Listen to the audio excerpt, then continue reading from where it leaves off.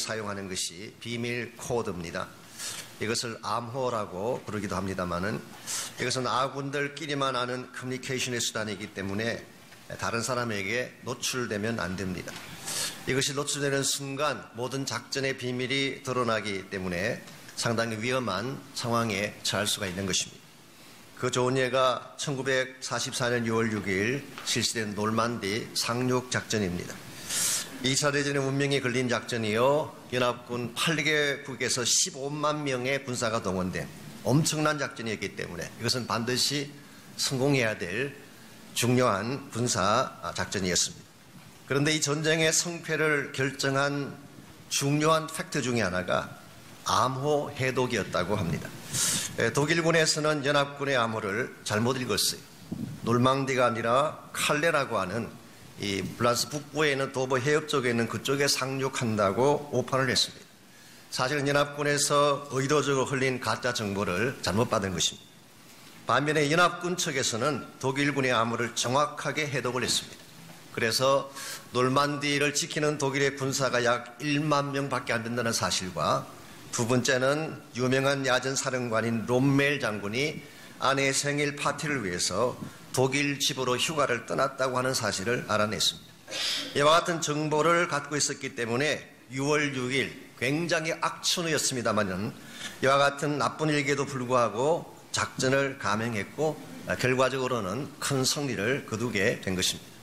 이와 같이 상대방의 의도를 아는 것, 상대방의 비밀 코드를 푸는 것은 굉장히 중요한 것입니다. 그러나 이것은 군사 작전에만 해당되는 것이 아니라 인생을 살아가는 모든 관계성 속에서도 적용된다고 할 수가 있습니다. 상대의 마음을 읽을 때에 그게 합당한 준비를 할 수가 있게 되고 바른 관계를 만들어갈 수가 있는 것입니다. 예컨대 가정에서도 남편 내연자가 아내의 코드를 잘 읽어야 됩니다. 아내의 심기가 불편하신지 아닌지를 잘 읽어야지 밥도 제대로 먹을 수가 있고 그만 고초를 피할 수가 있는데 엉뚱한 곳을 끓게 되면 생각지 않은 고초 가운데 처하게 되는 것입니다. 마케팅에서 성공한 케이스들도 보게 되면 대개가 고객의 마음을 잘 읽었던 경우입니다. 어저께도 제가 어떤 글을 보니까 한 의류 회사가 대박을 낸 그 기사가 칼럼에 소개가 되어 있었습니다. 온라인으로 옷을 판매하는 회사인데요, 소비자로 하여금 사이즈 2개를 골라 주문하게 하고 그 중에 맞지 않는 옷은 리턴하도록 그렇게 팔리시를 정했습니다. 처음부터 사이즈 2개를 가져가게 해서 그 중에 맞지 않는 것은 돌려보내도록 그랬더니 엄청난 판매가 된 것입니다. 고객들이 옷을 고를 때 사이즈가 애매해서 고민한다는 사실을 잘 알고 그 불편함을 해소시켜 준 것입니다. 특별히 여자분들 경우는 망설임이 많지 않습니까? 이걸 할 것이냐 저걸 할 것이냐. 그리고 또 한 가지 중요한 사실은 대부분의 여자분들은 본인이 생각하는 자신의 사이즈와 실제 사이즈가 다르다는 것을 잘 모르고 혼란할 때가 참 많습니다. 이와 같은 그들의 불편함을 해소해 주었더니 엄청난 판매가 일어난 것처럼 우리가 상대방의 마음을 아는 것, 상대방의 마음속에 심겨진 비밀 코드를 읽는다고 하는 것은 관계성이나 마케팅에 있어서 대단히 중요한 것입니다. 그러나 우리가 독일군의 비밀 코드를 읽는 것, 또 여자분들이나 고객들의 마음을 읽는 것보다 훨씬 더 중요한 것이 있습니다. 그것은 바로 하나님의 코드를 읽는 것입니다. 하나님께서 마음속에 어떤 계획을 가지고 계시는지, 하나님께서 마음속에 품고 계시는 길이 무엇인지, 하나님의 비밀이 무엇인지를 제대로 읽지 아니하면 바른 인생, 건강한 삶을 추구할 수가 없습니다. 왜냐하면 하나님은 온 인류의 역사와 내 삶의 모든 것을 주관하시는 주권자이시기 때문입니다. 내가 살고 죽는 것 그분 손에 달려 있습니다. 내가 성공하고 실패하는 것 그분 손에 달려 있습니다. 내 현재의 삶뿐만 아니라 내 미래의 모든 것도 그분 손에 달려 있는 것입니다. 그러므로 주권자이신 하나님의 마음을 읽지 아니하고 건강한 인생을 추구할 수가 없고 하나님의 기뻐할 열매를 맺으며 사는 것은 불가능한 것입니다. 그럼에도 불구하고 오늘 많은 사람들이 특별히 그리스도인들 가운데도 하나님의 마음에 품으신 뜻에는 관심 갖지 않고 제 마음대로 제 뜻대로 인생을 추진하는 분들이 참으로 많습니다.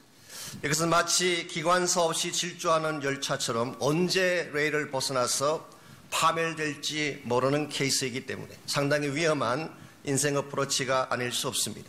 오늘 여러분들의 경우는 어떠한지 모르겠습니다. 여러분들은 하나님께서 마음에 품고 계시는 계획과 뜻을 잘 읽고 그분이 원하는 방향으로 인생을 살아가고 계시는지, 아니면 내 마음대로 내 뜻대로, 아니면 환경이 이끄는 대로 랜덤하게 인생을 살아가시는지, 우리가 하나님의 심중 속에 있는 하나님의 마음, 하나님의 계획, 역사를 주도하신 하나님의 뜻을 잘 읽을 때에 우리가 방향도 바르게 설정할 수가 있게 되고 삶을 다 마쳤을 때 남기는 열매도 극대화되는 것입니다. 이런 면에서 어떻게 하면 하나님의 마음을 읽을 수가 있나, 하나님의 비밀스러운 계획을 어떻게 하면 잘 읽을 수가 있나, 오늘 주신 이 본문을 통해서 이것을 함께 정리해 보려고 합니다. 오늘 같이 읽은 본문에 보시면은 다니엘이 보았던 특별한 환상에 대한 말씀이 나옵니다. 이 환상은 장차 하나님께서 인류 역사를 어떤 방향으로 끌고 갈 것인가에 대한 하나님의 비밀스러운 계획을 담고 있는 것입니다. 지금까지는 밝히지 않았지만 하나님께서 이것을 공개해서 장차 이루시겠다고 해서 보여주는 이 계시를 우리는 흔히 묵시라고 그렇게 부릅니다. 묵시. 우리가 잘 쓰지 않는 용어이긴 합니다만은 신학적으로는 묵시라고 하는 단어가 참 중요합니다. 영어로 아포클립스, 형용사형으로 아포클립틱하다 그렇게 이야기하죠. 사실 이것은 영어가 아니고 헬라 말에서 온 것입니다. 아포라고 하는 단어는 무엇으로부터 그런 뜻입니다. 그리고 이 칼룹시스라고 하는 이 단어는 hidden, 감추어진, 비밀, 그런 것입니다. 그러므로 직역을 하게 되면 감추어진, hidden 되어진 비밀을 공개한다, 그런 뜻이 아포클립시스. 하나님 안에 감추어 놓았던 비밀이 있습니다. 하나님의 계획이 있습니다. 인류를 향한 하나님의 구속사를 성취해 가기 위한 하나님의 특별한 계획과 뜻이 있는데, 비밀로 감추었던 이것을 어느 때가 왔을 때에 드러내고 밝혀내는 것을 묵시라고 말합니다. 그래서 이 묵시라고 하는 단어는 revelation, 계시라고 하는 말과 일맥상통하는 말입니다. 그러나 굳이 구별하자면은 계시는 하나님의 일반적인 뜻을 의미한다고 한다면, 묵시는 하나님께서 마지막 시대에 종말론적으로 행하실 하나님의 계획을 밝혀주고 보여주시는 것을 묵시라고 부릅니다. 성경에 보게 되면 묵시를 담고 있는 책들이 몇 권 있죠. 그중에 대표적인 책이 무엇일까요? 요한계시록입니다. Revelation. 책 제목 자체가 Revelation이에요. 과거에는 그것을 묵시록이라고 부르기도 했는데 우리는 오늘날 요한계시록을 부르고 있죠. 이 사도 요한이 썼던 요한계시록이 대표적인 묵시록입니다. 혹은 스가랴서 같은 성경도 보게 되면 하나님이 종말에 이루실 여러 가지 많은 계시들이 소개되고 있고, 지금 우리가 공부하고 있는 다니엘서도 하나님의 묵시를 담고 있는 대표적인 책 중에 하나라고 할 수가 있습니다. 지금까지 우리가 다니엘서를 공부하는 중에 1장부터 6장까지를 다루었는데요.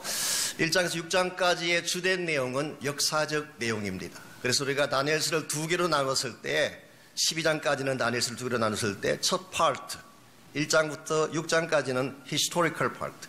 그래서 인류 역사가 어떻게 전개되고 제국들이 어떻게 흥망성쇠를 가져올 것인가, 이것이 1장에서 6장까지의 내용이라고 한다면, 이제 오늘부터 시작할 7장부터 12장까지는 예언적인 내용을 담고 있습니다. 특별히 마지막 시대에 하나님께서 행하실, 그래서 아포클립틱 혹은 프로페틱 그렇게 표현할 수 있는 내용이 7장에서 12장까지에 기록된 내용입니다.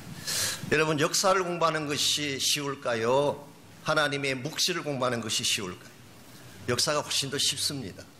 역사를 공부하는 것이 재미있을까요? 묵시록을 공부하는 것이 재미있을까요? 당연히 역사가 훨씬 더 재미있고 이지하고 쉽습니다. 그러므로 6장까지는 잘 따라오셨는데 오늘부터 시작될 7장부터 12장까지는 어떻게 해야 될까요? 어려우니까 스킵할까요? 오늘 많은 현대교회가 쉬운 말씀만을 들으려고 해요. 스윗하고 달콤하고 듣기에 쉬운 말씀. 여러분이 만일 쉽고 받아들이기 편한 말씀만 듣게 되면 여러분이 성장할 수가 없어요. 하나님은 때때로 우리에게 쉬운 말씀, 위로가 되는 말씀도 주시지만 굉장히 깊은 말씀도 주십니다. 그래서 조금 우리에게는 불편할 수도 있고 어려울지는 모르겠지만 이 묵시적 메시지를 담고 있는 7장부터 12장까지 말씀은 굉장히 중요한 것입니다. 우리가 이것을 바르게 정리하고 바르게 깨달아야지 하나님의 비밀 코드를 알 수가 있게 되고 그때 우리의 삶을 바르게 준비해서 나아갈 수가 있는 것입니다. 다니엘서 7장에서 12장까지에는 4개의 묵시가 소개되고 있습니다. 4개의 아포칼립시스, 4개의 묵시가 소개되고 있는데 오늘 본문은 그 중에 첫 번째 다니엘이 받은 묵시라고 할 수가 있습니다. 우리가 읽지 않았지만 1절부터 8절까지를 보면은 그 묵시의 내용이 소개가 되어 있습니다. 다니엘의 환상 중에 보니까 바다에서 4 짐승이 등장을 했습니다. 여기에 등장하는 4 짐승은 세상을 다스릴 4 제국을 뜻하는 것입니다. 그래서 4개의 킹덤, 세계 역사를 주도할 4개의 제국을 의미하는 것입니다. 사실은 2장을 다룰 때 우리 느부갓네살이 꿈 중에 보았던 큰 신상을 다룰 때에 동일한 4 제국이 등장을 했습니다. 바벨론, 페르시아, 메데바사, 페르시아죠. 그리고 헬라 제국, 로마 제국. 이미 2장에서 한번 다루었던 내용이긴 한데요. 오늘 7장과 비교할 때 차이점이 있다면 2장에서 다루었던 그 케이스는 이방왕 느부갓네살의 관점에서 본 역사예요. 오늘 본문에 기록된 이 케이스는 하나님의 관점에서 본 4 제국의 운명이라고 할 수가 있습니다.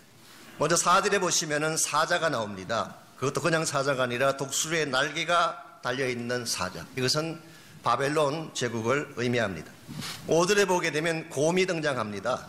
그냥 곰이 아니라 입에 갈빗대 3개를 물고 있는 곰. 그것도 부족했는지 주변에서 계속 더 먹어라 권장하고 있는 곰. 이 곰이 상징하는 것은 페르시아 제국을 말하는 것입니다. 갈빗대 3개 정도 물고 있으면 그걸로 충분해야 되는데 그게 만족하지 못하는. 그래서 역사적으로 설명하자면 바벨론과 리디아와 애굽을 정복하고서도 또 다른 땅을 정복하려고 했던 탐욕스러운 페르시아 제국을 곰으로 묘사한 것입니다. 세 번째 제국이 6절에 나오는 표범입니다. 표범인데 등에 새의 날개가 4개나 달려있다고 합니다. 짐승 중에 가장 빨리 달리는 동물이 표범 아닙니까? 근데 그 위에 날개까지 달려있으니 얼마나 스피드가 빠르겠습니까? 이것은 바로 헬라 제국을 상징하는 것입니다. 알렉산더라고 하는 대왕이 주전 336년에 정복을 시작을 해서 323년에 온 세계 정복을 마쳤습니다. 불과 13년 만에 그 큰 거대한 땅을 정복한, 아마도 역사상 가장 신속하게 정복을 이룩한 나라가 헬라 제국이라고 할 수 있습니다. 이와 같이 바벨론과 페르시아와 그리고 헬라 제국을 소개한 후에 우리 그 다음 절 보게 되면 오늘 같이 읽었던 7절 말씀이죠. 4번째 짐승이 등장하는데 사실은 다니엘의 관심사는 여기에 있습니다. 오늘 앞에 나왔던 그 세 제국도 언급은 했지만 그러나 그의 메인 컨선은 4번째 짐승입니다. 이 4번째 짐승은 앞에 등장했던 세 짐승과는 다른 차원의 짐승이었기 때문에 7절 말씀 볼까요? 우리 7장 7절. 내가 밤 환상 가운데 그 다음에 본 4째 짐승은 무섭고 놀라우며 또 매우 강하며 또 쇠로 된 큰 이가 있어서 먹고 부서뜨리며 그 나머지를 발로 밟았으며 이 짐승은 전에 모든 짐승과 다르고 또 10뿔이 달렸다고 했습니다. 여기 나오는 4번째 짐승은 이빨이 쇠로 되어 있는, 그러므로 굉장히 강력하고 파괴적인 제국. 그러므로 대다수의 성경학자들은 역사적으로 로마 제국이라고 말을 합니다. 그리고 저도 거기에 동의합니다. 로마 제국이 오늘 다니엘서에 소개되고 있는 4번째 제국인 것은 맞습니다. 그런데 오늘 본문에 소개된 4번째 짐승은 역사적으로 존재했던 로마 제국만으로 보기에는 조금 문제가 있습니다. 그것을 넘어선 어떤 특징들이 오늘 본문에 소개가 되고 있기 때문에, 그래서 오늘 다니엘은 different, 앞서 이야기했던 세 짐승과는 다르다 그렇게 이야기했어요. 왜냐하면 10뿔이 달려있고 8절에 보니까 그 10뿔 사이에서 작은 뿔 하나가 났어요. 근데 작은 뿔은 눈도 있고 말도 하는, 그러므로 이 작은 뿔은 단순한 짐승이 아니라 인격을 소유한 어떤 종류의 펄슨이었던 것을 알 수가 있습니다. 그러므로 이 4번째 짐승, 이 마지막 제국이 의미하는 것은 히스토리컬리는 로마 제국을 의미하는지 모르지만, 그러나 하나님의 구속사에 있어서는 로마 제국이 끝난 이후에도 계속적으로 연결되어 왔다가 그래서 그것을 열뿌리라고 설명한 것입니다. 그래서 로마 제국 이후에도 계속적으로 그와 유사한 것들이 연결되어 왔다가 예수님께서 오시기 직전에 마지막 시대에 다시 한번 통일 제국으로, 거대한 제국으로, 온 세계를 통치하는 제국으로 다시 등장할 사실을 소개하고 있습니다. 그때에 나올 작은 뿔이 하나 있는데 이 작은 뿔은 인격적 존재예요. 이게 과연 무엇을 의미하는 것일까요?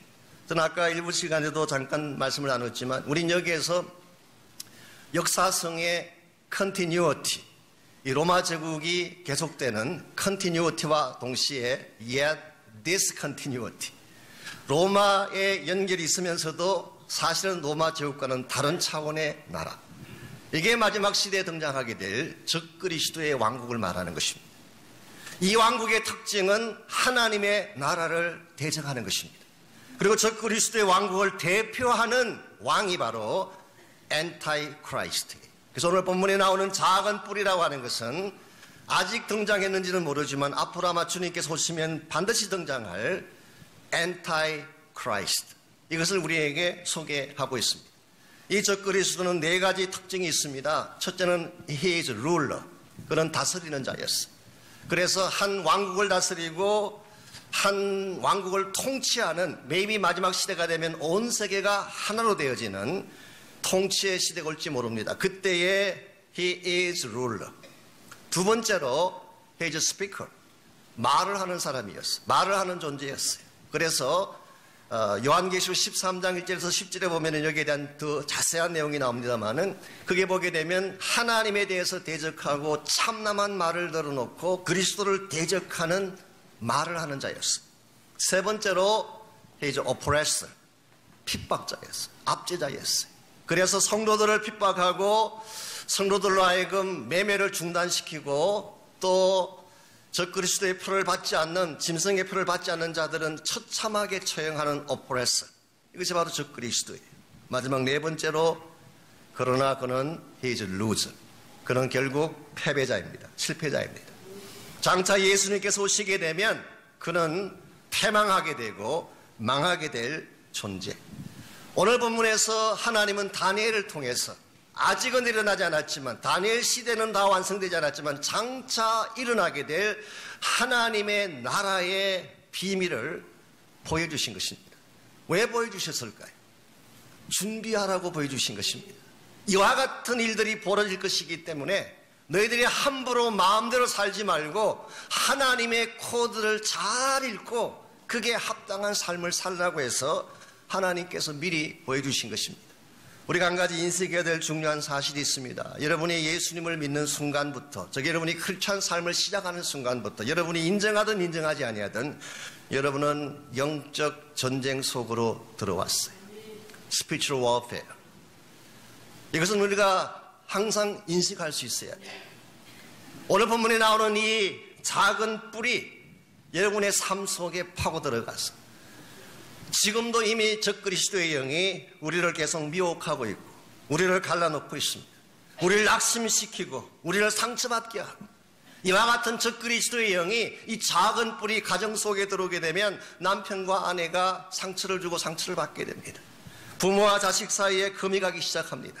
이 작은 뿔이 공동체 안에 들어오게 되면 교회 안에 분열이 일어나고 문제가 생기고 시험이 생기는 것입니다. 심지어 이 작은 뿔은 사역의 현장, 선교의 현장까지도 이것이 등장을 해서 얼마나 하나님의 사역을 가로막고 하나님의 사역을 방해하는지 알 수가 없어요. 그러므로 우리가 이와 같은 영적 존재를 인식을 하고 하나님께서 어떠한 방향으로, 어떠한 방법으로 인류의 역사를 이끌고 계시고 우리 개인의 삶을 이끌고 계시는지를 정확하게 알아야 하는 것입니다. 그러므로 우리가 정말 이 마지막 시대를 사는 성도들로서 하나님의 뜻에 합당하게 살아가려면 하나님께서 준비하신 하나님의 계획, 하나님의 플랜 혹은 하나님의 의도를 우리가 잘 알고 그 안에서 우리 삶을 하나씩 하나씩 잘 정돈해 나아가야 됩니다. 그렇다면 이 마지막 시대를 향한 하나님의 계획을, 즉 하나님의 코드를 어떻게 하면 잘 읽을 수가 있을까? 여러분이 하나님의 코드를 제대로 읽어야지 바른 결정, 바른 선택을 할 수가 있습니다. 오늘 본문에 보면은 이 하나님의 비밀스러운 코드를 읽는 데 꼭 필요한 세 가지 요소를 오늘 본문이 소개하고 있습니다. 제일 첫 번째가 영적인 눈입니다. 여러분의 영 안이 떠지지 아니하면 결코 하나님의 비밀은 볼 수가 없고 영적 세계를 이해할 수가 없습니다. 오늘 본문을 보시게 되면 가장 많이 등장하는 표현 중에 하나가 보았다는 표현이에요. 보았다는 표현. 1절, 2절을 보시면은요, 바벨론 벨사살 왕 원년에 다니엘이 그의 침상에서 꿈을 꾸며 머릿속으로 환상을 받고 그 꿈을 기록하며 그 일의 대략을 진술하니라. 다니엘이 진술하여 이르되 내가 밤에 환상을 보았는데, 보았다는 표현이 나옵니다. 실제로도 보게 되면 밤 환상 가운데서 본 넷째 짐승, 본 것입니다. 13절에도 보니까 내가 또 밤 환상 중에 보니, 그럼 여기서 보았다고 하는 이 말은 하나님이 보여주신 것을 보았다는 뜻입니다. 즉 환상의 내용 자체를 다니엘이 만든 게 아니에요. 이 계시의 내용 자체는 인간이 만들 수 없습니다. 하나님이 주시는 거예요. 하나님께서 다 계획하시고 하나님 모든 것을 다 준비하신 후에 그 계시를 다니엘로 하여금 보게 하신 것입니다. 하나님이 아무리 위대한 플랜을 세우시고 위대한 계획을 가지고 나에게 다가오셔도 내 눈이 떠지지 아니하면 이것을 볼 수가 없습니다. 실제로 현재 우리의 삶 속에도 하나님은 여러분을 위해서 엄청난 계획을 준비하고 엄청난 축복들을 예비하고 계시는데 영적 눈이 감겨져 있으면 볼 수가 없어요. 그래서 오늘날 많은 사람들이 참된 하나님의 길을 보지 못하기 때문에 엉뚱한 곳을 두들기고 엉뚱한 곳에서 헤매이는 것입니다. 한국에서 어떤 술이 취한 남자 한 분이 전봇대 밑에서 뭘 계속 찾고 있었어요. 지나가는 사람이 물었습니다. 뭘 찾고 계십니까? 물었더니 잃어버린 지갑을 찾고 있대요. 그럼 지갑을 어디서 잃어버렸습니까? 그랬더니 저 모퉁이 골목 돌아오다가 거기서 잃어버렸대. 그럼 그 모퉁이 가서 찾아야 할 것 아닙니까? 그때 술 취한 남자가 대답하기를 그긴 캄캄해서 보이질 않잖아요. 그래서 불빛이 있는 전봇대 밑에서 찾고 있다. 물론 인간이 만든 조크이긴 합니다만 저는 이 조크 속에서 현대인들의 모습을 발견하게 됩니다. 자신의 상실한 삶을, 잃어버린 인생을 엉뚱한 곳에 가서 찾으려고 하는, 내가 잃어버린 그곳으로 다시 돌아가야 되는데 상실하고 잃어버린 것은 분명히 있는데 이것을 어디에 가서 찾아야 될지를 알 수 없기 때문에 엉뚱한 곳을 향해 나가는 것입니다. 어떤 사람들은 물질의 만족을 통해서 자신의 상실한 삶을 찾으려고 합니다. 쾌락을 통해서, 심한 경우는 마약이나 술이나 도박을 통해서. 그러나 여러분께서 아무리 그쪽에 가셔서 열심히 찾아도 거기에는 답이 없습니다. 참된 인생의 답을 얻으려면 그리스도에게로 돌아오셔야 돼요. 예수님을 만난 이후에 예수님께서 여러분의 눈을 뜨게 해주셔야지 하나님의 계획과 뜻을 보게 되는 것입니다. 이런 면에서 우리의 영적 눈이 떠지려면 예수님 만나야 돼요. 그리스도 안에서 참빛을 받아야만 하나님의 세계를 보게 되는 것입니다. 뿐만 아니라 오늘 본문에서 다니엘이 이 환상을 보게 된 시각을 소개합니다. 밤에 보았다는 표현을 쓰고 있어요. 물론 이것은 하나의 상징적인 표현일 수도 있겠지만 일반적으로 환상은 낮에 보이지 않습니다.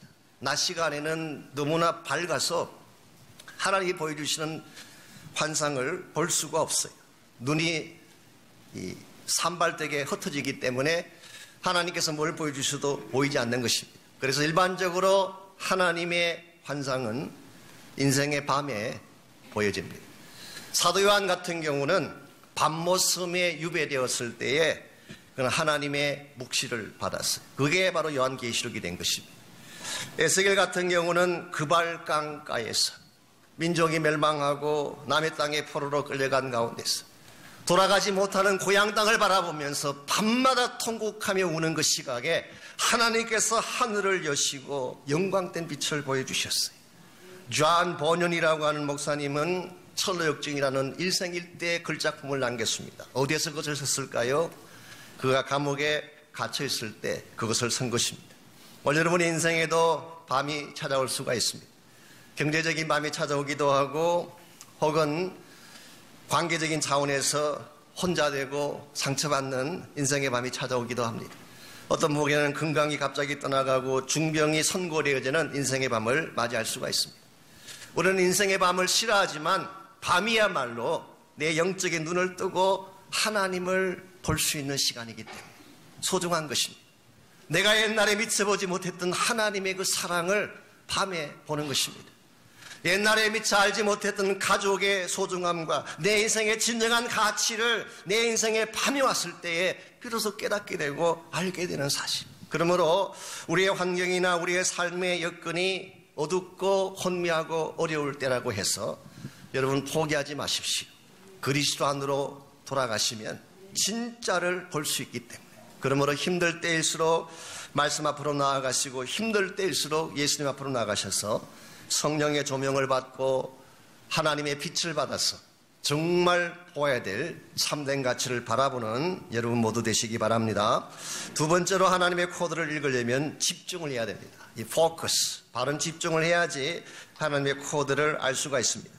9절 말씀 볼까요? 다니엘은 지금 그 무서운 짐승들의 환상을 보았어요. 특별히 마지막 네 번째 짐승은 뿔도 나 있고 또 난폭하기도 하고 이빨로 파괴시키기도 하는, 쉽게 말하면 굉장히 무서운 환상을 그는 본 것입니다. 그런데 이와 같이 무섭고 두려운 환상을 보는 중에 9절을 볼까요? 다니엘은 어디를 주목하고 있는지, 내가 보니 왕좌가 놓이고 옛적부터 항상 계신 이가 좌정하셨는데, 여기에 옛적부터 항상 계신 이가 누구일까요? 바로 영원부터 계셨던 하나님 자신을 말합니다. 이분이 어떤 자리에 앉아 계신데요, 이 자리가 바로 하나님의 영광된 보좌를 말합니다. 지금 자기 눈앞에는 엄청난 사건들이 벌어지고 있고 엄청난 환난과 핍박이 찾아오고 있고 엄청난 소유가 요동치며 자기를 향해 다가오고 있지만 지금 다니엘의 시선은 보좌에 앉으신 하나님을 주목하고 있습니다. 특별히 오늘 본문 번역에서 내가 보니 그렇게 번역을 했는데요, 원래 이 원문을 제가 봤더니 이것은 그냥 본다는 뜻이 아닙니다. 계속 본다는 뜻이. 그래서 NASB 같은 경우는 kept looking, 계속 본다 그렇게 번역을 했어요. 혹은 International Standard Bible을 봤더니 좀 더 정확하게 번역했습니다. kept on watching, 계속해서 본다 그런 뜻이에요. 지금 다니엘의 시선은 한번 지나치듯이 본 것이 아니라 계속 보고 계속 보고 계속 보고 있는 상태.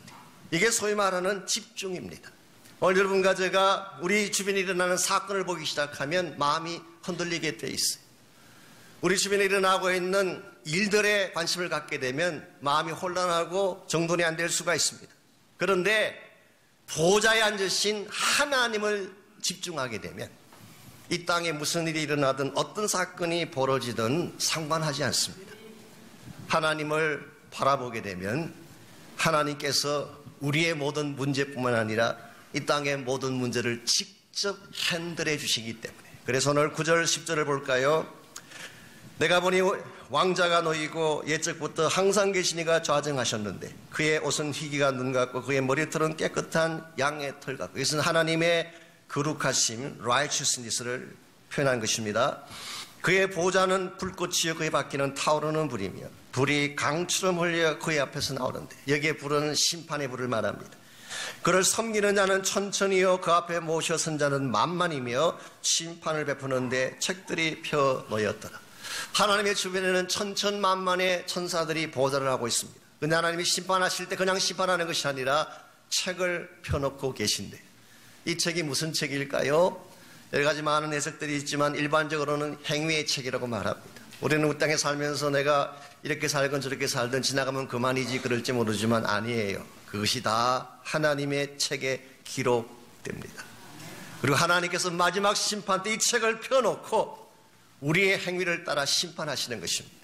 지난주에도 말씀을 드렸지만 우리는 행위에 대해서 관심을 많이 안 갖고 은혜를 너무 강조하다 보니까 우리가 구원받는 것은 은혜로 구원받는 것이지만 하나님 우리 행위를 반드시 다루십니다.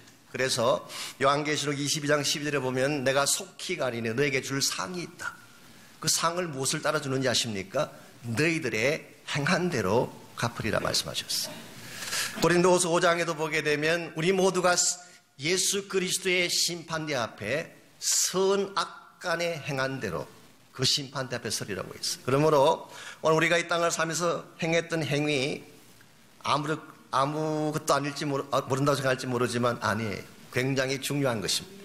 다만 우리가 행위로 구원받을 수 없기 때문에 예수님께서 오셨고 우리가 다 못다한 행위를 예수님께서 십자가를 통해 이루어 주셨기 때문에 구원받는 것뿐이지 우리 행위가 아무 가치가 없다, 의미가 없다는 뜻은 절대로 아닙니다. 11절 그때에 내가 작은 뿌리 말하는 큰 목소리로 말미암아 주목하여 보는 사이에 짐승이 죽임을 당하고 그의 시체가 상한 되어 타오르는 불에 던져졌으며 여기서 드디어 하나님께서 그 짐승, 이것은 바로 적그리스도의 왕국을 말합니다. 그 짐승과 그 작은 뿔을 어떻게 다루실 것인가를 바라고 있어요.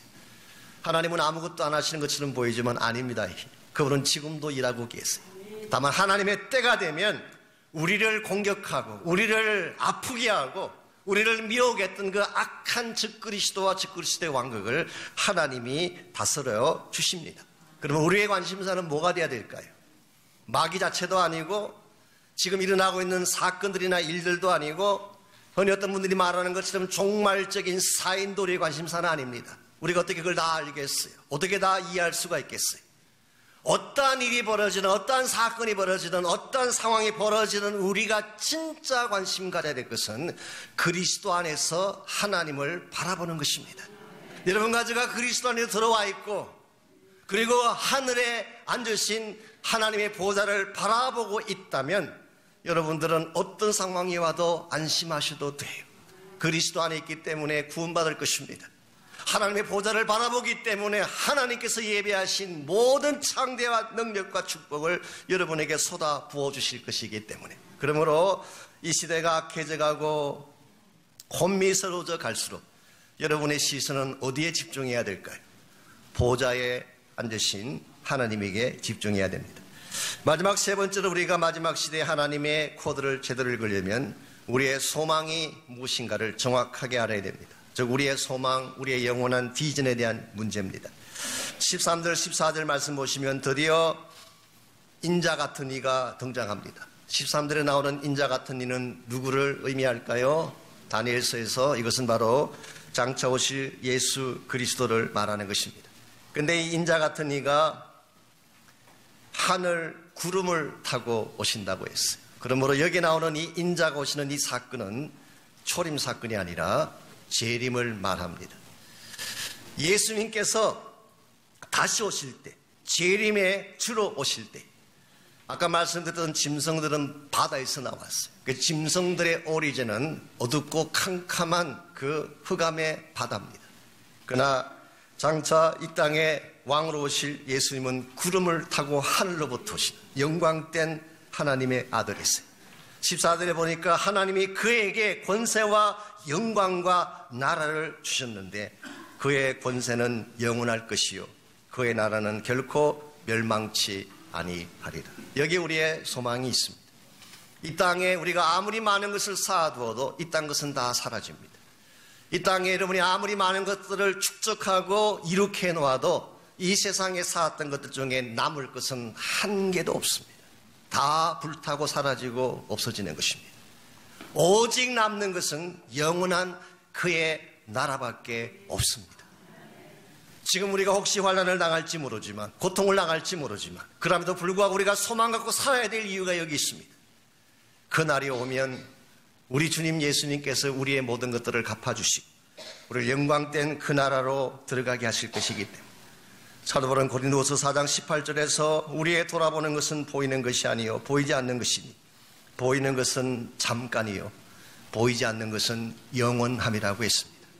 여러분 눈에 보이는 세계에 속지 마십시오. 그 찬란함과 화려함을 따라가지 마십시오. 보이지 않지만 영원한 하나님의 나라, 그게 여러분의 소망을 두고 여러분의 마음을 두고 그 나라의 목적을 향해 나아갈 때에 여러분의 인생이 어떠한 상황 속에 있을지라도 하나님께 영광이 되고 주의 목적을 이루는 아름다운 삶을 누릴 수가 있습니다. 여러분들 우리 인생이라고 하는 것이 항상 밝은 날만 있는 것은 아닙니다. 어두운 날도 있습니다. 여러분이 계획한 대로 모든 것이 잘 진행될까요? 아닙니다. 막히기도 하고 역경도 경험합니다. 그러나 나의 환경이나 내 삶의 처지가 어떤 상황이 되어지든 하나님을 바라보고 그분이 나에게 부여하신 그 비전을 향해 일어서게 되면 하나님이 길도 여시고 새로운 사역의 열매도 부어주십니다. 그러므로 사랑하는 형제자매 여러분, 세상 따라 살지 마십시오. 이 세상의 업앤다운에 눈물 뿌리며 관심 가지며 살아가지 마십시오.